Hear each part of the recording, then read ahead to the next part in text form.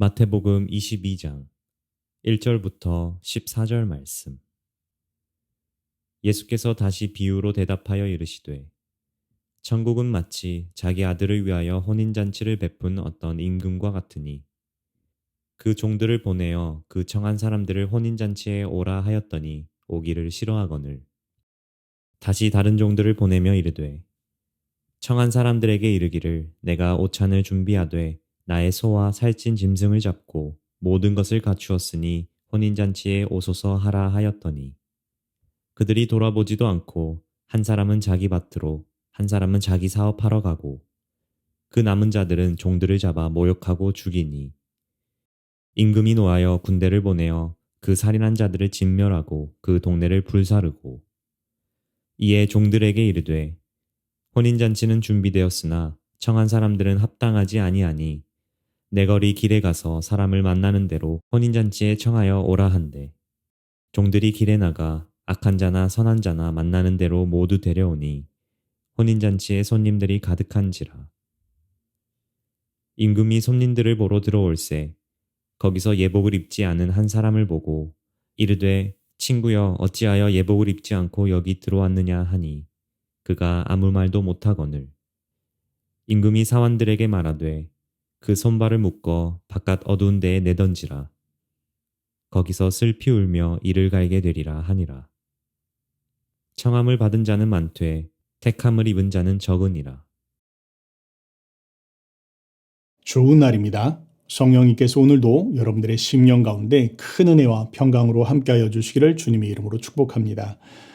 우리는 지금 계속해서 예수님의 비유에 대해서 함께 은혜를 나누고 있습니다. 오늘은 그 비유 9번째 말씀으로 왕의 잔치의 비유에 대해서 함께 은혜를 나누기로 원합니다.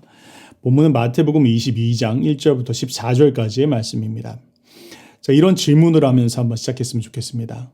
자, 한번 상상해 봅시다. 여러분들이 한 나라의 왕이라고 한번 생각을 해보세요.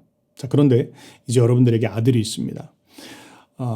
결혼을 할 때가 되어서 이제 혼인잔치를 준비를 하였습니다. 맛있는 음식을 준비하고 성대하게 이제 축제를 준비하였습니다. 그리고 사람들을 초대하기 위해서 종들과 신하들을 이제 각 지역으로 보내었습니다. 자, 그런데 사람들이 우리 종들과 내 신하들을 거절하는 거예요.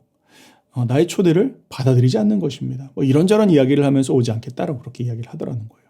그런데 거기까지는 좋았는데 이 종들과 신하들을 때리고 죽였더라라고 그렇게 이야기를 한다. 자, 여러분들 같으면 어떻게 하시겠습니까? 너그럽게 그냥 용서하시겠습니까? 혹은 어떻게 이 부분들에 대해서 행하시겠습니까? 두 번째입니다. 어쨌든 그렇게 결혼식이 시작됐는데 어떤 한 사람이 왔는데 보니까 그냥 슬리퍼를 찍찍 끌고 그리고 런닝셔츠 차림으로 결혼식에 나타났다. 자, 그런 경우에 어떻게 하실 것인가? 자, 오늘 본문은요, 그것에 대한 하나님의 방법, 하나님께서 그것에 대해서 어떻게 다루실 것인지에 대한 부분들을 이야기하고 있습니다. 자, 어떤 사람은 생각하기에 하나님 당연히 사랑의 하나님이시고 하나님 당연히 용서하시고 관용하실 거예요. 하나님 너그럽게 용서하실 것입니다. 이렇게 생각하시는 분들은 오늘 이 본문을 읽으실 때 굉장히 당황하게 됩니다. 왜요? 전혀 예상과는 다른 그런 모습으로 하나님께서 그들에게 대하시는 그런 모습들이 기록되어져 있기 때문이죠. 굉장히 당황스러운 그런 본문이 되어질 것입니다. 자, 그렇지만 오늘 본문이 말씀하고자 하는 그 핵심은 분명합니다. 오늘 본문이 이야기하고 있는 그 메시지는 분명합니다. 자, 오늘 본문의 핵심은 무엇이냐라고 이야기할 때 그것은 바로 누가 하나님 나라에 들어가기에 합당한 자들인가에 대한 그 답을 주고 있습니다.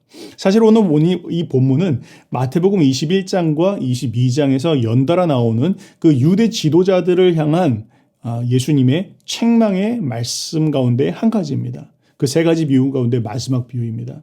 여러분 기억나십니까? 이전 두 주를 통해서 우리가 무엇을 배웠죠? 예수님께서는 이렇게 유대 종교 지도자들에게 이렇게 말씀하셨습니다. 너희들은 마다들과 같은 자들이다. 그래서 내가 포도원에 들어가서 일을 하렴라고 이야기할 때 분명히 내 아버지 그렇게 이야기하였다. 그러나 너희들은 실제로 나의 이야기에 순종하지 아니하였다.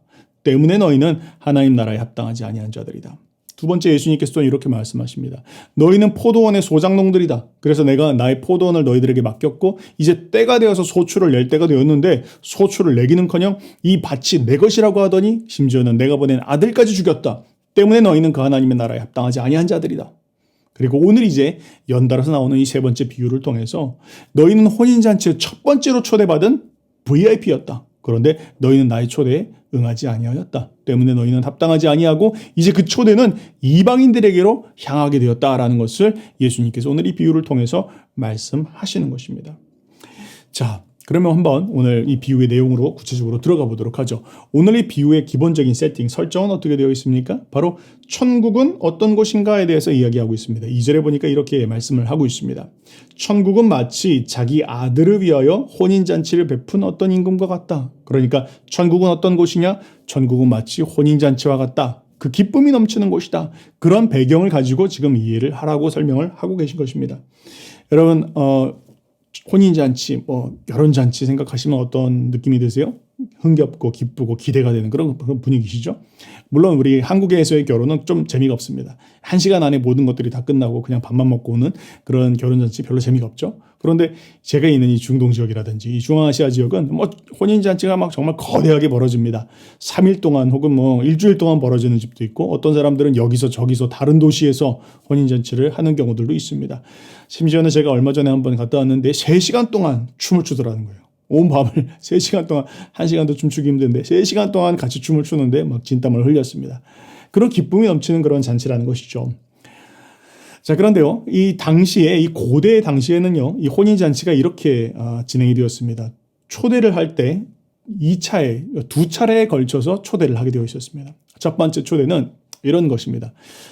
내 아들이 이제 결혼을 하게 되었는데 언제쯤 해서 이제 그때쯤 결혼을 할 것인데 자네 올 수 있나? 라는 그런 어떤 초대입니다.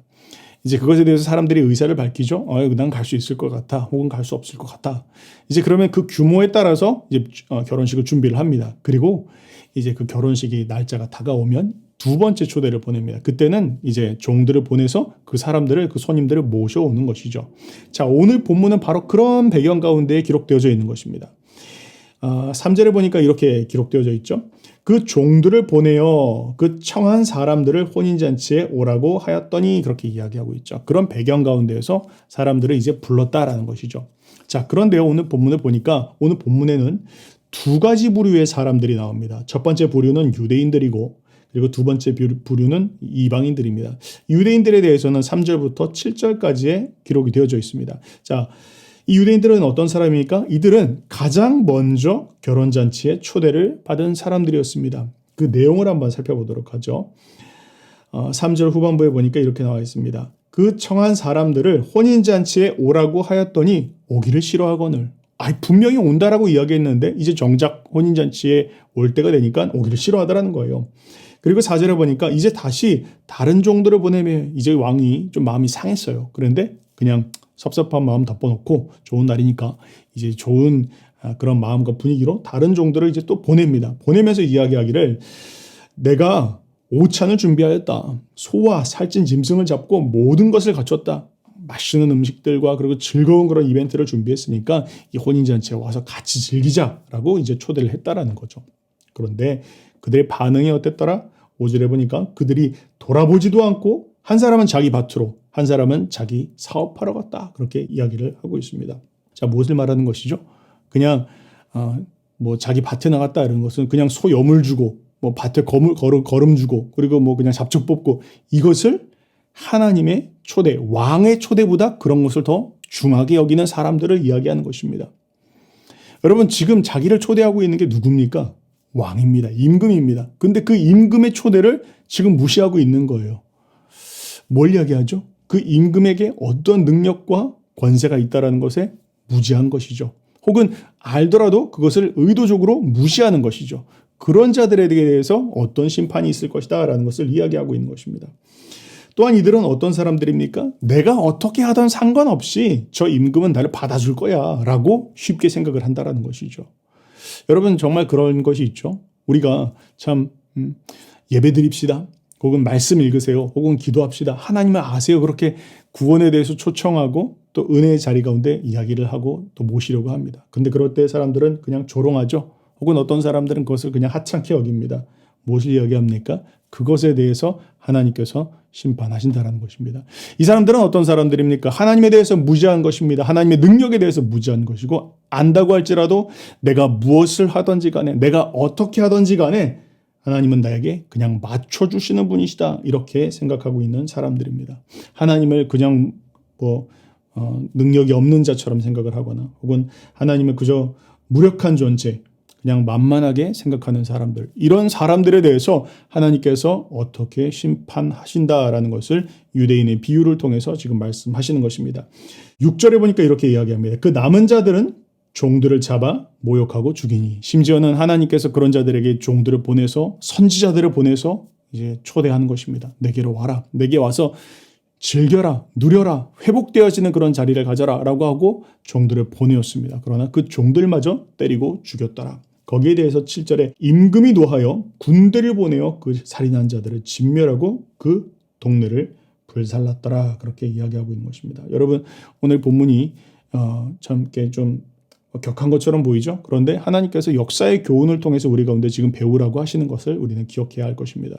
지금 예수님께서 이 말씀을 하실 때요, 예수님 앞에는 정말 종교 지도자들, 그리고 정말 그런 권세를 가진, 심지어는 일반 백성들은 1년에 평생 한번 얼굴도 보기 힘든 그런 대제사장, 그런 사람들이 지금 예수님 옆에 나와서 지금 당신 무슨 권세를 가지고 지금 이렇게 하는 것이요? 라고 이야기하시는데 예수님께서 지금 이 말씀을 하시는 거예요. 이 말씀을 통해서 너희는 나의 초대에, 나의 혼인잔치의 초대에 반응하지 않는 자들이다. 너희들에 대해서는 심판이 있을 것이다. 라고 말씀하신 거예요. 예수님께서 이 말씀을 하신 후에 얼마 있은 후 몇 년이 지나고 나서 AD 70년쯤 되었을 때 로마의 디도 장군이 그 예루살렘 성을 함락합니다. 그들이 그렇게 자부심을 갖고 붙잡고 있었던 그 성전은 그 로마 군병들에 의해서 무너져 버립니다. 그리고 유대인들은 온 세상 가운데 흩어지게 되었다. 그것이 역사의 기록입니다. 뭘 말합니까? 하나님의 권세에 대해서, 또 하나님 앞에 나아가는 것에 대해서, 그 하나님의 초대에 대해서 무시하는 사람들은 하나님께서 이렇게 종말적으로 심판하신다라는 것을 우리에게 가르치고 있는 것입니다. 여러분, 하나님께서 우리를 부르실 때 여러분들 우리가 어떻게 반응하고 있습니까? 그저 하나님께서 나를 부르시는데 어떤 사람은 그냥 나 주식 산 거 그거 지금 오르고 있을까 내리고 있을까? 하나님이 지금 당신 앞에 있습니다. 하나님께서 당신을 초대하였습니다. 하나님께서 지금 우리를 부르시고 계신데 이 예배 끝나면 내가 그냥 어떻게 인터넷 쇼핑 좀 할 수 있을까? 또 이것을 살까 말까? 하나님 앞에 우리는 서야 할 것입니다. 내가 어떻게 하든 그냥 나에게 맞춰주시는 하나님 아니라는 것이죠. 하나님은 그냥 무력한 존재가 아닙니다. 하나님 만만한 분이 아니라는 것을 우리는 오늘 이 본문을 통해서 또한 깨달아야 할 것입니다. 두 번째, 이방인에 대해서 이야기하고 있습니다. 자, 8절에 보니까 이렇게 이야기합니다. 이에 종들에게 이르되 혼인잔치는 준비되었지만 처한 사람들은 합당하지 아니하니 내 거리 길로 나가라. 사거리로 나가서 그냥 누구든지 사람을 만나는 대로 혼인잔치에 청해서 오라고 해라. 자격 없다. 혹은 어떤 조건 없다. 모든 사람들, 오겠다고 하는 사람들, 모든 사람들 와라. 10절에 종들이 길에 나가 악한 사람이든 선한 사람이든 만나는 대로 닥치는 대로 모두 데리고 오니 혼인잔치에 사람들이 가득한지라. 그 사람들이 어떤 과거를 가졌던 사람이든 조건이 있던 없던, 갖췄던 안 갖췄던, 자격이 있던 없던 그냥 모든 사람들 다 오라고 한 것입니다. 그래서 거기에 이제 죄인들, 병든 사람들, 그리고 평상시에 나는 그냥 잊혀진 존재들이라고 생각했던 그 모든 사람들이 그 잔치집에 꽉 들어차게 됐더라라는 것을 이야기하고 있습니다. 자, 그런데요, 오늘 이 이야기는 또 예상치 못한 한 가지 반전을 기록하고 있습니다. 그렇게 해서 이제 축제의 분위기가 무르익고 있었습니다. 그런데 그 축제장에 이제 왕이 나타난 거예요. 이제 왕이 나타났는데 11절에 보니까 이렇게 나옵니다. 임금이 손님들을 보러 들어올세 거기서 예복을 입지 않은 한 사람을 보았다. 자, 왕이요, 모든 사람들이 이제 예복을 입고 있었습니다. 그때 당시에 문화는 그런 것이었어요. 궁정에서 어떤 행사를 치른다 그러면 궁정에 초대받은 사람들은 반드시 예복을 입을 수 있도록 예복을 제공해 주었습니다. 그런데 분명히 예복을 제공해 주었음에도 불구하고 왕궁에서 나간 예복을 입지 않고 나타난 한 사람이 왕의 눈에 띄었다라는 것이죠. 이르되 친구여, 어찌하여 예복을 입지 않고 여기 들어왔느냐? 어찌하여 예복을 입지 않고 들어왔느냐? 분명히 내가 예복을 주었거늘 아무리 사람들이 원치 않아서 그래서 모든 사람들을 다 초대하였지만 모든 사람들에게 그 초대가 주어졌지만 그러나 예복은 갖춰 입고 와야 하는 것 아니냐. 다른 말로 이야기하면 그 예복을 갖춰 입지 않았다는 것은 왕의 권세를 무시하는 것이죠. 왕의 자리를, 왕을 모멸하는 그런 행동이었던 것이죠. 자, 그것에 대해서 지금 그가 아무 말도 못했다 그렇게 이야기합니다. 뭘 말합니까? 그가 알고 있다는 거죠. 분명히 왕이 왕 앞에 나올 수 있도록 그 왕의 잔치에 참석할 수 있도록 예복을 주었다라는 것을 그는 분명히 인식하고 있었습니다. 그런데 그 스스로가 입지 않았습니다. 어떤 이유인지 모르겠습니다. 그냥 내가 내 모습 그대로 나가도 된다라고 생각했을 것 같습니다. 그런데 그의 그 옷은 합당하지 않은 것이었다라고 지금 이야기하는 것입니다. 그렇죠. 오늘 본문은 조금 불편한 마음들이 있을 수 있습니다. 어떤 사람들은 이야기하죠. 우리 찬양에도 있지 않습니까? 있는 모습 그대로 하나님 앞에 나가야 된다라는 찬양도 있고 내 모습 그대로 하나님 받아달라는 그런 찬양도 있습니다. 그렇습니다. 하나님이 있는 모습 그대로 나오기를 원하십니다. 하나님 내 모습 그대로 받아주기를 원하십니다. 그런데 하나님은 내 모습 그대로 있는 모습 그대로 그저 나와서 가만히 있으라 그 모습 그대로 살아가라라고 하시는 하나님이 아니라는 것이죠. 뭘 이야기합니까? 하나님께서는 우리에게 의복을 주십니다. 무엇이죠? 바로 예수 그리스도의 의를 우리 가운데 입혀주십니다. 하나님 앞에 나아갈 때 우리는 예수 그리스도의 의를 힘입어 나아가야 합니다. 그리고 그렇게 그 예수의 의를 힘입은 사람들은 예수로 옷을 입은 사람들은 그의 삶에 변화된 삶의 행실로 열매를 맺어야 한다라는 것입니다. 그러니까 오늘 예복이 이야기하고 있는 바는 두 가지 의미를 가지는 것이죠. 하나는 우리의 믿음을 이야기하는 것이며 두 번째는 그 믿는 자들의 행실을 이야기하는 것입니다. 우리에게 그 믿음과 그 행실이 있을 때 우리가 그 천국 잔치를 누릴 수 있는 자들이다라는 것을 오늘 본문은 이야기하고 있는 것입니다. 이사야서 64장은 이렇게 이야기하고 있습니다. 6절 말씀은 무릇 우리는 다 부정한 자 같아서 우리의 의는 다 더러운 옷 같으며 그렇습니다. 우리가 가지고 있는 내가 입고 있는 나의 의, 나의 옷 이것은 다 더럽다라는 것이죠. 하나님 앞에 설 수 없다라는 것입니다. 다른 말로 이야기하면 나의 어떤 그 기준 다 치우쳐져 있고 더 편파적이고 다 자기의 이익을 따라서 생각하는 우리는 참으로 굽어져 있는 그런 자들이다라는 것이죠. 그러나 그런 우리가 하나님 앞에 서려면 하나님께서 우리에게 덮여주시는 하나님의 의를 입어야 한다는 것입니다. 바로 예수 그리스도의 의를 의미하는 것입니다. 또한 61장 10절은 이렇게 이야기합니다. 내가 여호와로 말미암아 크게 기뻐하며 내 영혼이 나의 하나님으로 말미암아 즐거워하리니 왜요? 이는 그가 나에게 구원의 옷을 입히시며 공의의 겉옷을 내게 더하심이 신랑이 사모를 쓰며 신부가 자기 보석으로 단장함 같게 하셨습니다. 하나님께서 우리에게 그의 구원의 옷을 입혀주시고 공의의 겉옷으로 우리를 덮어주신다라는 것입니다. 그리고 그 옷을 입은 자들은 이제 그 옷을 입은 자의 마음에 합당하게 그 자격에 합당하게 우리의 삶의 행실로 바른 행실로 삶의 열매를 맺게 되어진다라는 것입니다. 사랑하는 여러분, 오늘 거울 앞에 한번 서보시기 바랍니다. 그리고 한번 생각해 보시기 바랍니다. 나는 과연 천국 잔치에 들어간 합당한 예복을 입고 있는가? 나는 과연 그 예수 그리스도를 믿는 믿음 가운데 살아가고 있는가?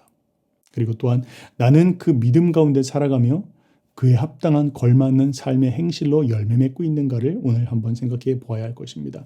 오늘 본문의 말씀은 어떤 사람들에게는 불편할 수 있겠습니다. 그냥 믿기만 하면 구원받는 거 아니야?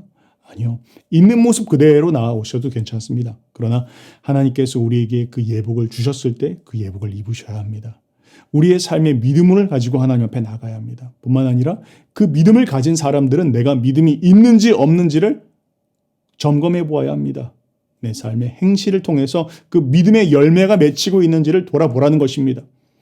이것이 오늘 성경이 이야기하고 있는 바른 말입니다. 그 기준으로 나의 삶을 살펴보기 시작할 때 내가 과연 하나님 앞에 설 수 있는가 없는가를 정확하게 우리가 판별해 볼 수 있는 것입니다. 자, 정리하겠습니다. 오늘 본문이 이야기하고 있는 바는 무엇입니까? 그것은 천국의 복된 초대가 먼저 유대인들에게 주어졌다는 것을 이야기하고 있고 뿐만 아니라 그러나 그들은 그 복음의 초대를 거절하였고 이제 그 초대가 이방인들에게로 향하였다라는 것을 오늘 본문을 통해서 예수님께서 말씀하셨습니다.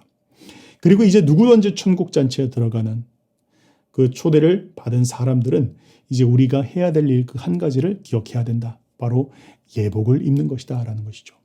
예수 그리스도를 믿는 믿음과 그 믿음에 따르는 우리의 삶의 행실이 준비되어질 때 우리가 천국 잔치를 누릴 수 있고 맛볼 수 있고 함께 즐길 수 있는 그 특권을 가질 수 있게 되어진다. 그것을 오늘 본문이 이야기하고 있는 것입니다.